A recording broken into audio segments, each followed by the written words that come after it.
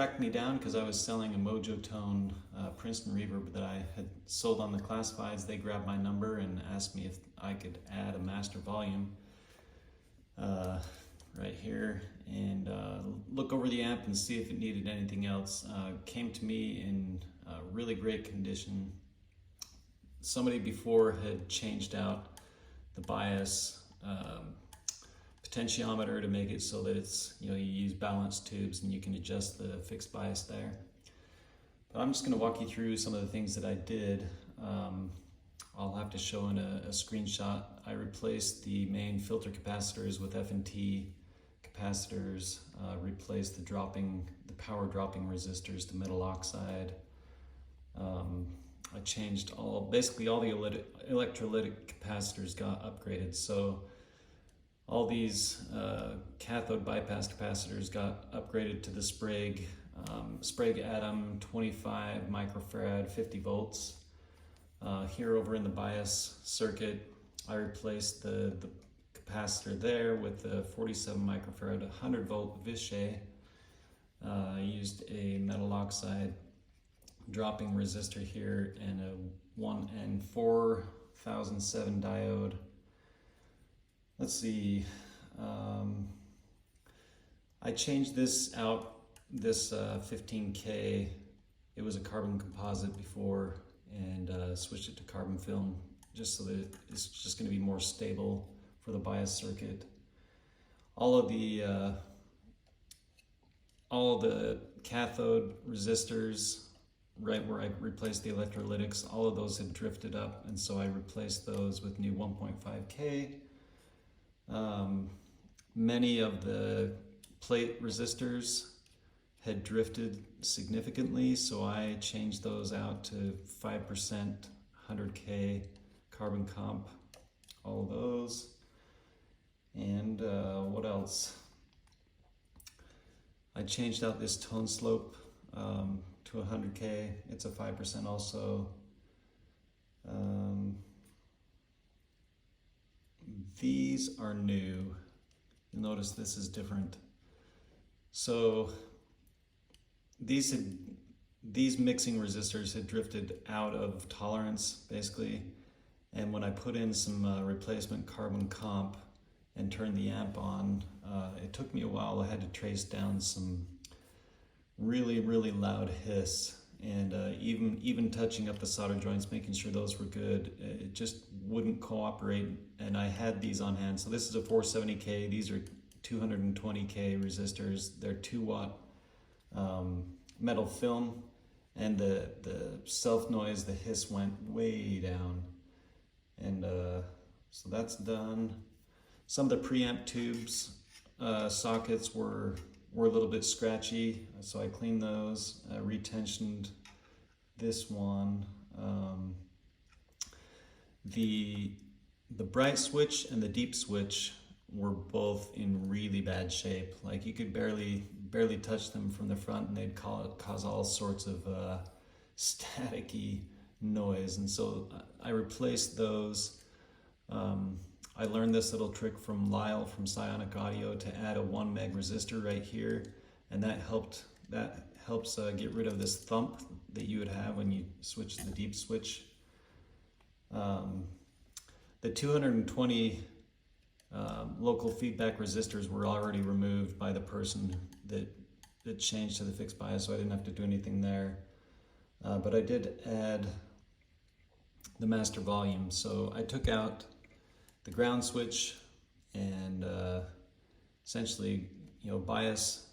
Let's see, these two wires coming off of the phase inverter after these coupling caps are basically tightly wound together. They come back to this master volume knob, and then they go to the tubes, to the grids of the power tubes, and the bias comes along with it. It's just wrapped around after those to give the output tubes bias. The other thing I did is, now that the ground switch is gone, these main 120 volt AC wires were junctioned at the ground switch, and instead now this white wire comes and junctions with this receptacle goes straight to the power transformer primary, and the hot wire makes a junction there, and then it comes all the way over to the power switch and then to the fuse, so that when this is off, when the power switch is off, there's no power on the fuse, so nobody can like open up the fuse and accidentally pull it out and get shocked if the amp is on. Hopefully nobody's doing that in the first place, but that should make it a little safer. These were these capacitors that were here in the phase inverter in the power section. They were just like these 0.022 microfarad. They were only rated for 400 volts. They really should be higher. I went ahead and replaced them with some Sozos that are rated at 500 volts. That should help just longevity, because if these go out, you're going to lose your bias, and it's not going to be good for your power tubes. Over here you probably noticed that it used to be a ceramic disc 0.01 microfarad capacitor. I changed it out to a polyester orange drop. It was extremely microphonic, and now there's no microphonics at all, so that should just be more stable. The tubes I measured before I did all this work, and they were biased at 60%, so I put them back in that spot. And what else am I not explaining? Yeah, I'll give some close-ups, and I'll do a demo of this master volume here in a second. All right, so I've got the amp plugged into the speakers that are there. They're wired in parallel, so 2 8-ohm speakers makes 4 ohms, which is what this amp is expecting. So let me show a demo of the master volume feature. So I just turned the amp on and was wondering why I'm getting no sound. It's because I have the master volume all the way down. And turn it up here.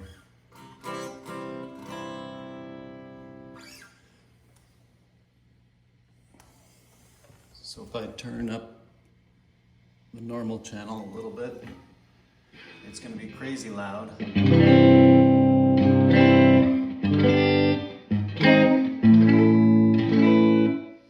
my phone is probably doing some automatic gain control. And this buzziness that you're hearing is because I'm so close to the power transformer. But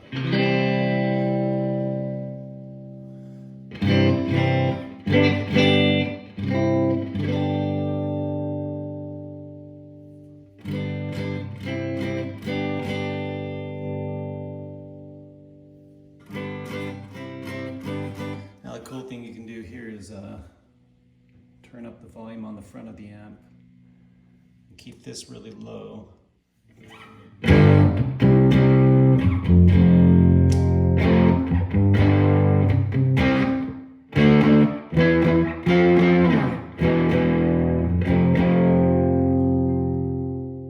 mean, you can get, this is definitely bedroom level.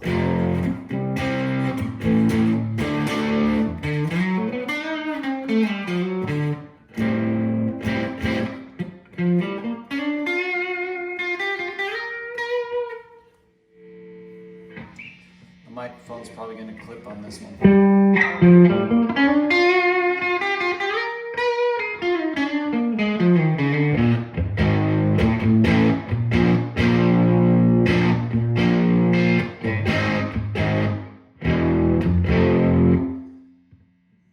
Even that is way too loud for being right next to it.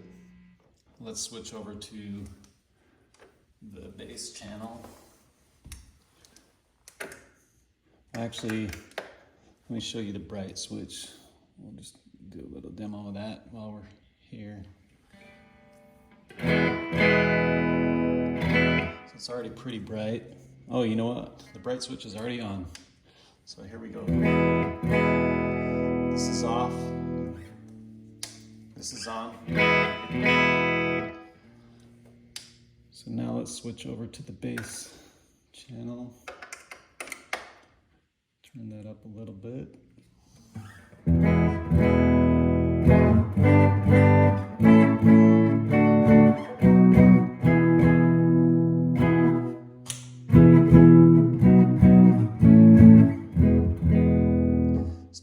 pushing a lot of bass. There's the deep switches on now.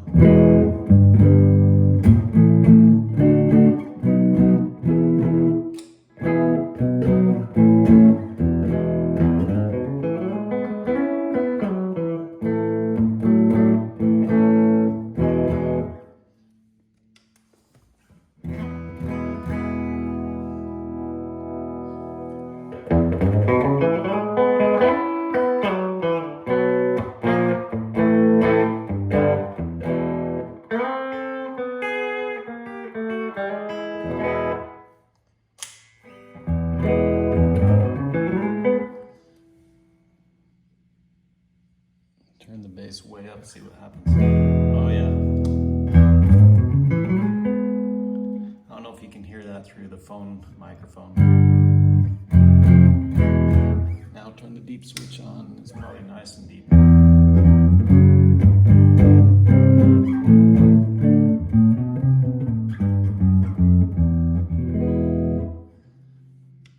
Alright.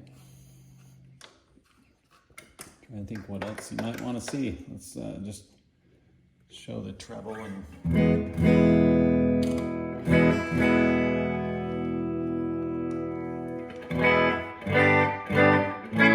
but we get nice and ice picky if I've got the treble all the way up and turn the bright switch on.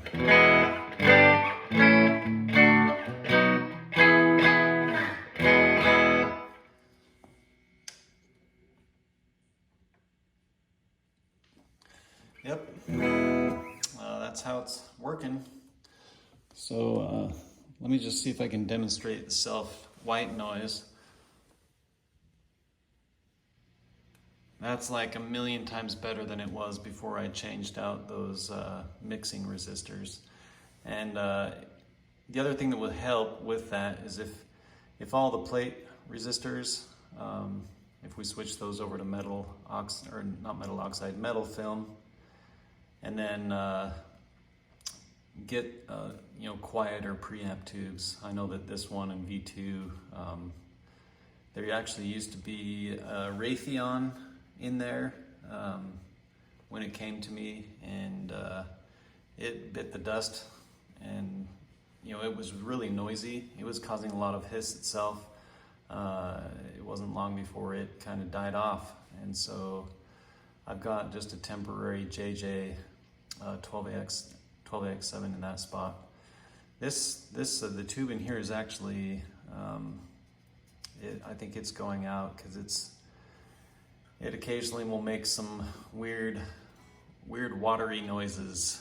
But I can switch it with a good one that I own, and that goes away.